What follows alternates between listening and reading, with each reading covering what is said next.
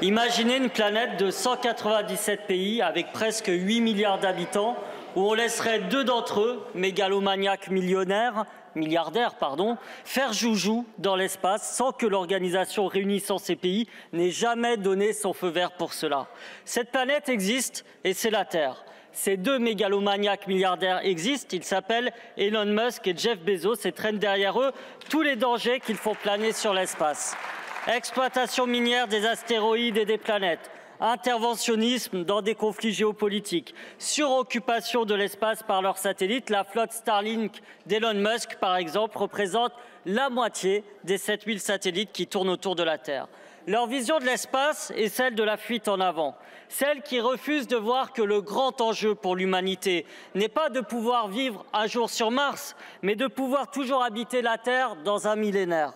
De la même manière, pour les États, le plus grand enjeu ne devrait pas être de savoir qui, parmi les puissances spatiales, arrivera en premier à exploiter les ressources minières et en eau du pôle sud de la Lune, comme le préfigurent les accords Artemis, mais comment préserver ici nos réserves d'eau douce, comme l'étudie le satellite SWOT, développé dans le cadre de la coopération entre le CNES et la NASA.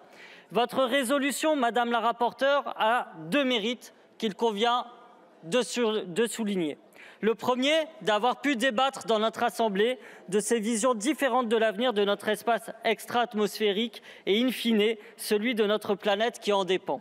Le second, mettre à l'ordre du jour un des principaux dangers qui y planent, les débris spatiaux.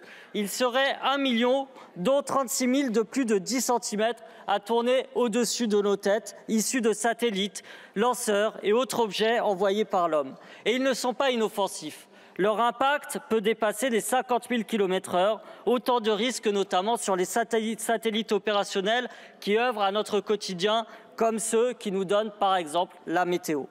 L'occasion de saluer le nouveau jeu pédagogique du CNES sur le sujet que je vous invite à découvrir, Madame la rapporteure, si vous passez à Toulouse, qui s'appelle Orbital Space, sous la direction de Pierre O'Malley, expert de la question des débris spatiaux. Le CNES, justement, parlons-en. Par la politique de coopération qu'il a su mener entre recherche publique, industrie civile et militaire, incarne notre vision du spatial.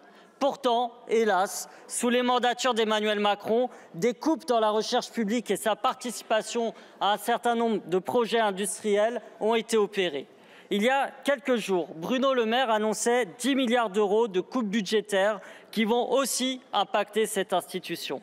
Le même ministre de l'économie disait rêver d'un New Space français à l'américaine, alors qu'il devrait plutôt déclarer que nous avons déjà entre les mains un outil pouvant être bien meilleur et de plus longue durée que le New Space, en l'occurrence le CNES. Encore faut-il lui donner les moyens. C'est ici, Madame la rapporteure, que nos chemins divergent. Nous sommes pour une politique publique de la coopération, privilégiant la recherche plutôt qu'une politique de concurrence spatiale incarnée par l'Union européenne, en plagiant en plus petitement celle d'autres États plus préoccupés de pillage des ressources que d'études pouvant nous aider à lutter contre le dérèglement climatique.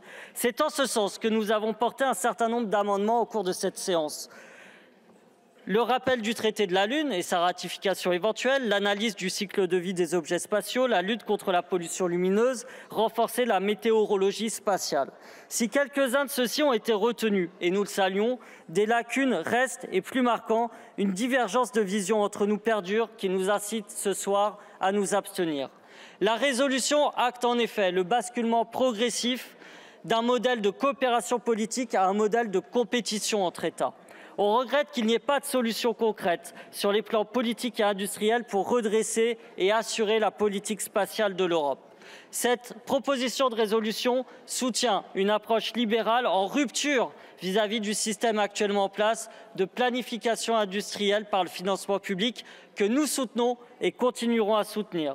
Cela dans l'optique de faire de notre pays un phare pour la préservation de l'espace pour ce qu'il est, un bien commun de l'humanité et du vivant de manière générale. Je vous remercie.